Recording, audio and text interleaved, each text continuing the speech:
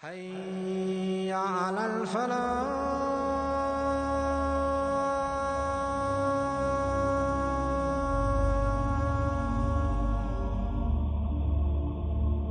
Iblis is a creation of God. Iblis is a jinn. Iblis is, he's made of fire. But where did Iblis come from? And were there the likes of Iblis before? So the Mufassirun have commented. Again, this is based on Israeli riwayat. And what Allah Azza wa Jal did is that He created a whole creation of jinns. They had got taklif. Taklif is that God's now given them a responsibility to recognize Him. So what Allah did is that He sent jinn messengers. But the messengers in the many numbers were killed by the jinns on the earth. And there was great corruption that prevailed on the earth. Now there was one notable jinn that was very pious. And again, all of this is in the Israeli riwayat. You can't verify it and say it's absolutely authentic. You can't deny it and say it's totally false. Iblis, being who he was a good jinn. And he started to worship God to the extent that there was no space in the heavens was left. But Iblis had gone there and he had worshipped God. Until then, Allah Azza wa Jal allowed him to come in the company of the angels. Allah decided that He's going to send the angels down to the earth and to banish the jinns that had causes a lot of corruption on the earth.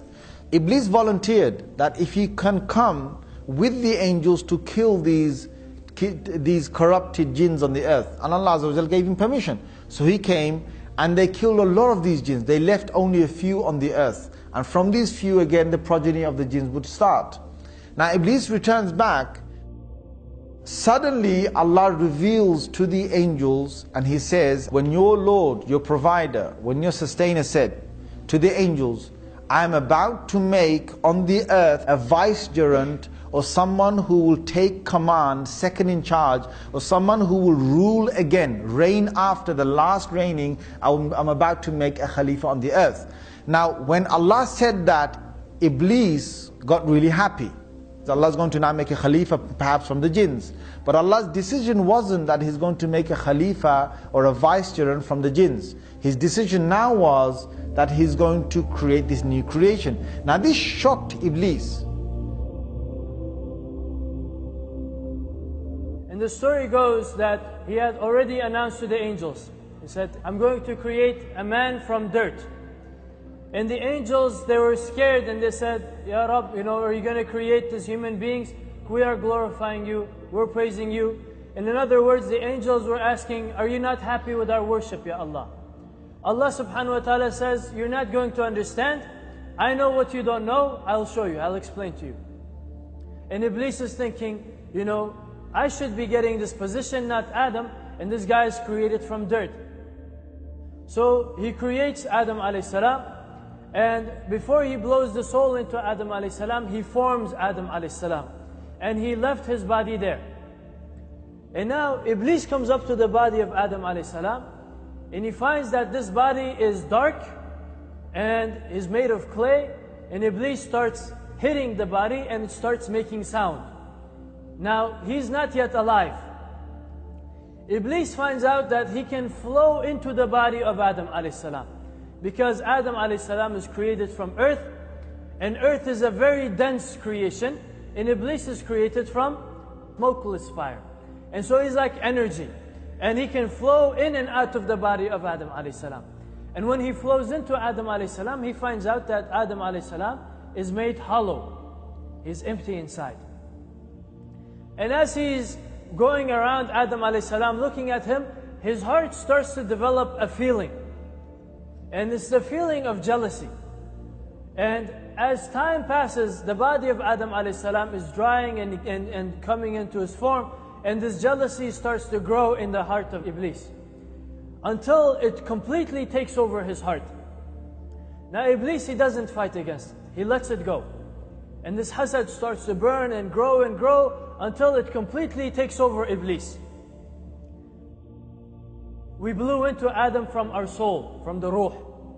And Adam alayhi salam came to life.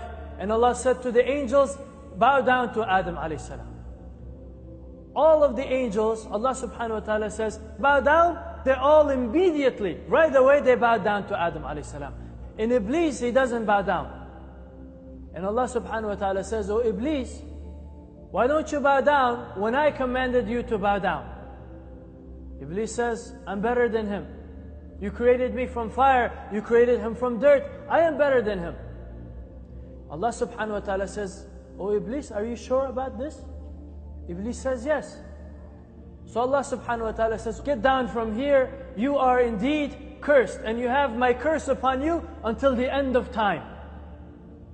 Now Iblis has a chance still. He can still plead with Allah subhanahu wa ta'ala. He says, "Ya Allah, give me one dua, just one dua." Allah subhanahu wa ta'ala says, "Ask." He says, "I want you to give me time and let me live until the end of time too. And I want you to give me power over Adam. And I want you to give me soldiers and minions and all of these things. And I want you to be able to give me the ability to whisper into the hearts of mankind and all of these things." And he makes a massive dua. It's not a small dua.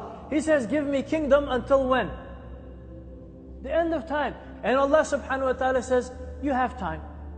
Now Iblis, after his dua is answered, he turns to Allah subhanahu wa ta'ala. He says, "I swear by your honor." He says, "Because you misguided me, I'm going to turn all of them away from your deen, except your servants who are sincere." And now look at this guy. He declares war on human beings. I'm going to come from everywhere.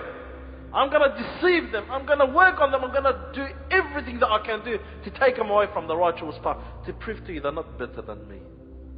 Allah Azza wa said, "Whoever shall follow you, I will fill up the whole fire of you and your followers." And Allah subhanahu wa ta'ala warned Adam alayhi salam from Iblis. And then Adam alayhi salam was in the heavens. And Allah gave him the great knowledge of everything. Allah taught Adam the names of everything. Allah Azza wa Jal gave Adam alayhi salam the paradise to live in, and Adam will live in the paradise. So after a certain time, Adam started to get bored and lonely. So one day Adam alayhi salam, he slept in the paradise. Allah subhanahu wa ta'ala took a bone from his left ribcage, and Allah Azza wa Jal created from that bent bone, Allah Azza wa Jal created Hawa, a female human being. So after Adam alayhi salam woke up, he saw a human being, but different to his character, different to his looking. Adam alayhi salam, he asked her, "What were you created for?" She said, "So I could live with you, to live with you in calm and peace." Allah subhanahu wa ta'ala, he told Adam, "Oh Adam, you and your wife live in the paradise. Eat from anywhere in this paradise. It's all yours. But don't go near this certain tree.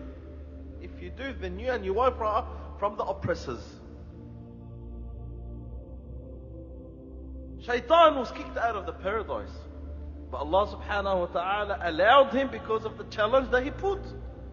He hates this human being, and he wants to prove that he is better than this human being, and will do anything to deceive him. Shaitan will come to Adam. "Oh Adam, why don't you eat from this tree?" Adam will refuse. "A'udhu billah, my Lord had ordered me not to go near it. Go away." And again, Iblis will try and attempt again and again and try and deceive Adam to eat from that tree. And Adam refused. "A'udhu billah, no way I'll eat from this tree. Allah had ordered me not to go near it." So Iblis realized that it's very hard to deceive Adam. So what did he do? He went to Hawa and he started to tell Hawa, "Eat from it." So maybe Hawa did. He said, "No way, a'udhu billah, Allah Azza wa Jal told us not to eat from it." But later on, once, twice, 3 times, and then Shaitan said, The only reason that Allah Azza wa Jal doesn't want you to eat from this tree is because if you eat from this tree, then you become from the close ones to Allah Azza wa Jal, and you'll live here forever. So he deceived them. He even promised. He made a promise that I'm only a good, peaceful advisor. So Hawa started to put pressure on Adam. Let's eat from this tree. And if we eat from this tree, we might end up being angels. And putting the pressure on Adam, speaking to Adam, until Adam alayhi salam accepted to eat from that tree.